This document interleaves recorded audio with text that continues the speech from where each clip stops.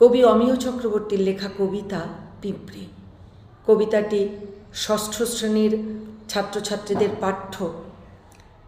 কবিতাটি ছন্দহীন হওয়ায় ছেলেমেয়েরা এটি মুখস্থ করতে চায় না, কিন্তু কবিতা মুখস্থ না রাখলে প্রশ্ন উত্তর লেখা খুব সমস্যা হয়ে যায়।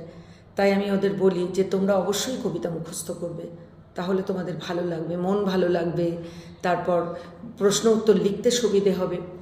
আমি আমার চেষ্টা মতো আমি কবিতা আবৃত্তি করে আমার চ্যানেলে দেওয়ার চেষ্টা করি। অনেকে শোনে, যারা শোনে তাদের আশা করি লাভ হয়।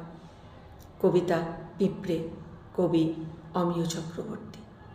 আহা পিঁপড়ে, ছোট পিঁপড়ে, ঘুরুক দেখুক থাকুক, কেমন যেন চেনা লাগে ব্যস্ত মধুর চলা, স্তব্ধ শুধু চলায় কথা বলা, আলোয় গন্ধে ছুঁয়ে তার ওই ভুবন ভরে রাখুক।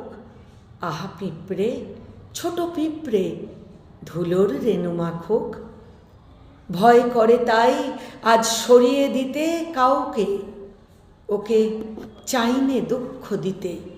কে জানে প্রাণ আনলো কেন ওর পরিচয়ে কিছু, গাছের তলায় হাওয়ার ভোরে কোথায় চলে নিচু।